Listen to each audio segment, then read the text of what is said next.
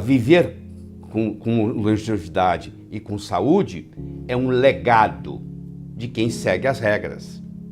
Eu vou apresentar para você as regras. Agora, eu não posso segui-las. Você que tem que seguir.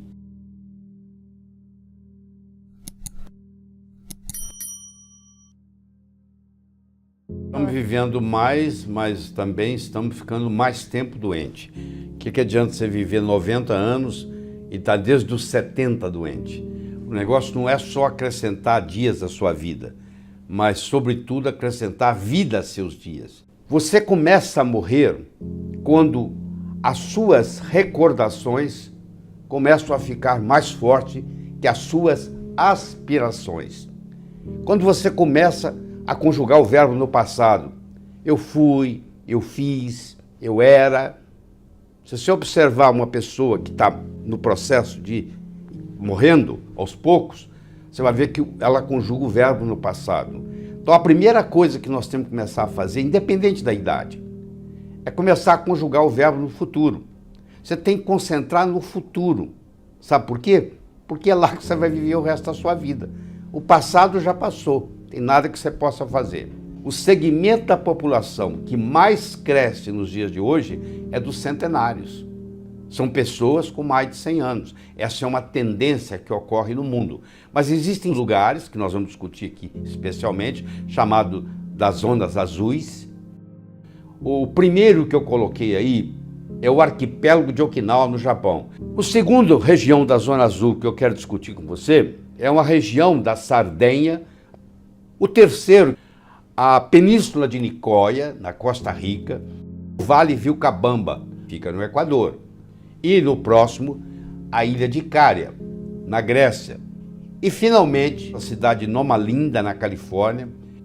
Aí você deve estar perguntando, mas é genético? Não, não é genético, porque quem muda daí para outros lugares não vive tanto. Existe alguma coisa no costume aí, que nós vamos ver o que elas têm de especial, o que existe de denominador comum entre esses povos, porque é isso que você está procurando, é ter 105, 108, 109 anos de idade e continuar andando de bicicleta, e continuar praticando arte marcial, e continuar em competição intelectual. Não é isso que você está querendo? Então, isso é envelhecer sem ficar velho.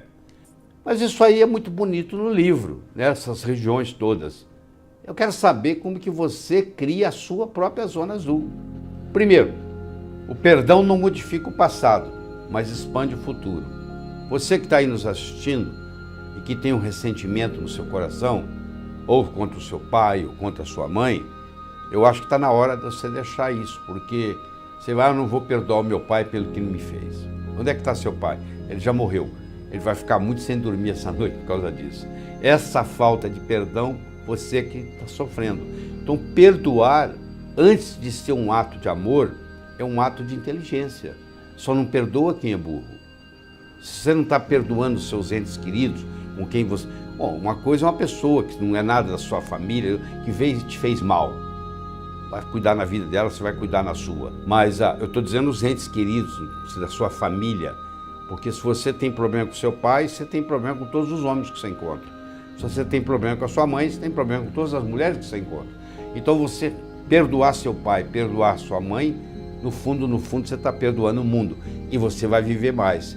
Então uma coisa que eles descobriram nesse estudo das zonas azuis é que esse pessoal todo, desses lugares todos, não guardavam ressentimento. Próximo, tenha um propósito de vida, que é o Ikigai. Então a pessoa que vive muito, ou ela quer, o propósito dela é ir brincar com os netos, o propósito dela é encontrar com os amigos, tem que ter alguma coisa grandiosa para você fazer. Então eu ter esse propósito de vida faz toda a diferença. E eu tenho que, o céu é o limite, eu tenho que aprender a trabalhar com a imaginação. Entre onde eu estou e onde eu quero chegar, existem obstáculos, mas eu posso interpretá-los como obstáculos ou eu posso interpretar como etapas. Como que eu faço essa distinção? Se eu manter o meu foco na minha meta, o que eu encontro entre onde eu estou e a minha meta deixa de ser obstáculo e passa a ser etapas. Então eu tenho que imaginar aquilo que parece impossível hoje, porque aquilo que é impossível Só é impossível até que alguém faça. Deixa de ser impossível. Então, se eu consigo imaginar coisas que os outros não conseguem, eu vou conseguir atingir coisas que os outros não atingem. Primeiro, o que é o seu Ikigai? E segundo, o que é o seu Moai? Os japoneses nos ensinam de Okinawa. Uma coisa chama Ikigai. E qual o seu Moai? Saiba escolher os seus amigos, é o Moai. O Sócrates já dizia, diz-me com quem andas e dir-te-ei quem és. Se você está querendo nadar, voar com águias, você não pode morar em terreiro de perus, porque peru não voa. Então você tem que ver o que você está almejando e as pessoas que vão te apoiar. Qual é o grupo de pessoas em volta de você que você compartilha a vida? Como é que é a sua vida familiar? Como é que é o seu ambiente? O quanto que você compartilha? Entendeu? Isso é muito importante. Por exemplo, se você encontra um parceiro ou uma parceira, se você tem alguém que faça isso com você, faz toda a diferença. Porque você está criando o que se chama de Moai. Entendeu? Alguém está te dando, está estimulando. Um estimula o outro, que estimula o outro, que estimula o outro. Próximo. A lagarta, o casulo e a borboleta têm o mesmo DNA, têm o mesmo genoma, mas têm epigenoma diferente. Eles têm o mesmo DNA, a mesma sequência, tudo igualzinho. E do mesmo modo que aqui está sendo modificado o epigenoma, eu posso modificar a expressão gênica no meu DNA, dependendo, por exemplo, da minha alimentação, dependendo da minha atividade física, dependendo do meu sono reparador, dependendo da quantidade de água que eu bebo. Então tem uma série de fatores, que é multifatorial, que vão para o lado certo ou vão para o lado errado, que eu posso fumar, eu posso beber, aí vai para o outro lado. Então não adianta você ficar reclamando, aí eu não recebi um bom DNA. Não, você precisa trabalhar bem o DNA que você recebeu. Quando você está jogando baralho, não adianta você ficar reclamando que as cartas que você recebeu são ruins. Você tem que jogar o melhor que você sabe jogar com as cartas que você tem na mão. Então você recebeu um DNA, use a parte de cima, que ele vai expressar as coisas boas e vai inibir as coisas ruins. Seja fisicamente ativo. O que eles descobriram? Eles não vão para a academia levantar peso. Eles não vão andar na esteira. Eles têm uma atividade física o dia inteiro. Eles andam, eles sobem morro, eles descem morro, eles sobem escada, eles descem escada. Eles fazem coisas normais, eles não têm aquela história de ficar lá repetindo. Então é bem diferente a abordagem. Você tem que procurar algo que lhe agrade. Você gosta de caminhar, você vai montar suas caminhadas, mas que ao mesmo tempo seja prazeroso e não tenha sofrimento. Então você tem que estar fisicamente ativo. E nessa atividade física, 4 coisas se destacam.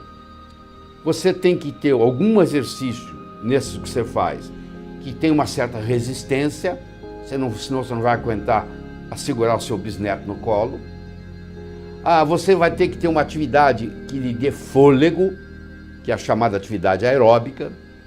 Você vai ter que ter uma certa flexibilidade, senão você não é capaz de pegar o que caiu no chão.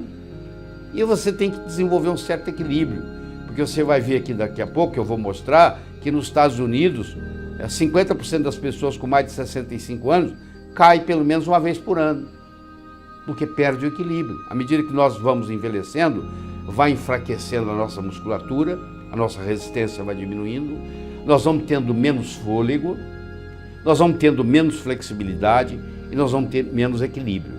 Próximo. Saia da mesa ainda com fome. Isso é muito interessante. Isso foi Confúcio que primeiro colocou isso. É o seguinte, enquanto você está comendo, você pergunta assim, acabou a fome? Que é diferente de você perguntar, estou satisfeito. Quando você diz, eu estou full, eu estou satisfeito, eu estou cheio, já passou do ponto. Porque você, para ficar full, para ficar cheio, para ficar satisfeito, você tem que aumentar um hormônio no corpo, que vai lá no hipotálamo e causa você não querer mais. Esse hormônio chama leptina. Só que se você aumenta a leptina todas as refeições, você acaba desenvolvendo resistência leptínica, que é um precursor da resistência insulínica. Uma coisa simples, que vem sendo praticada por milênios. É você comer para encher só 80% do estômago. Você tem que sair da mesa sabendo que você podia até comer mais.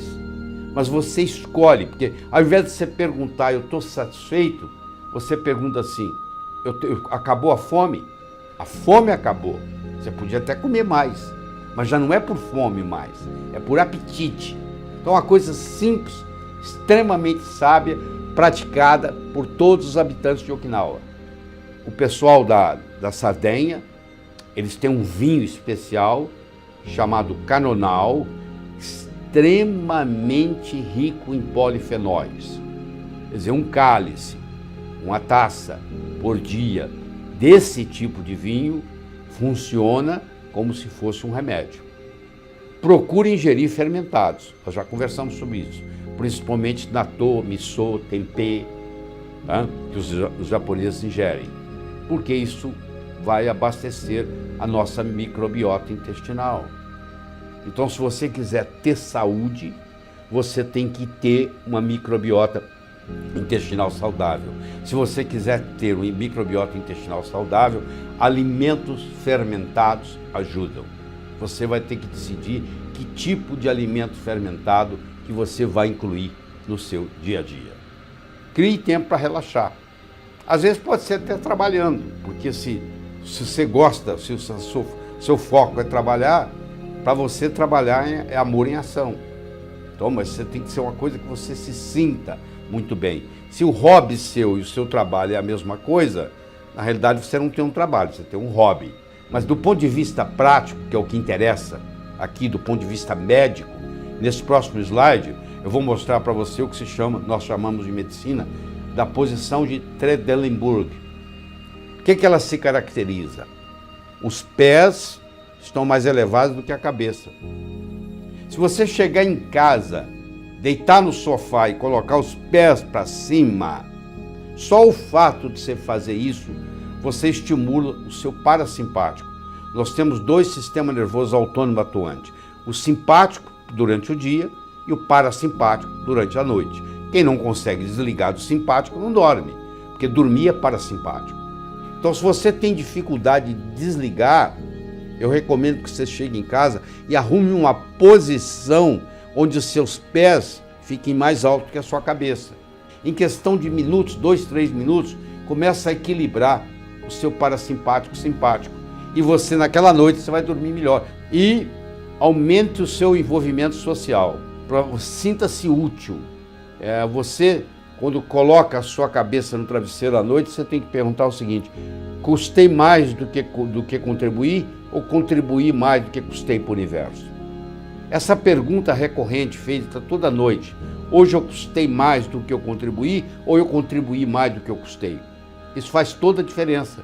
Porque enquanto você estiver contribuindo mais do que custando para o universo, você é um privilegiado, porque isso vai retornar para você de uma forma ou de outra. E o universo vai conspirar mais facilmente a seu favor. Isso, o trabalho em conjunto, você ter pessoas para te apoiar. Você tem que, é o que o japonês chama de moai. Moai é você ter um grupo de pessoas que te apoiam, porque a solidão facilita o adoecimento. Eu quero dizer para você que a vida é uma sequência de olá e até logo.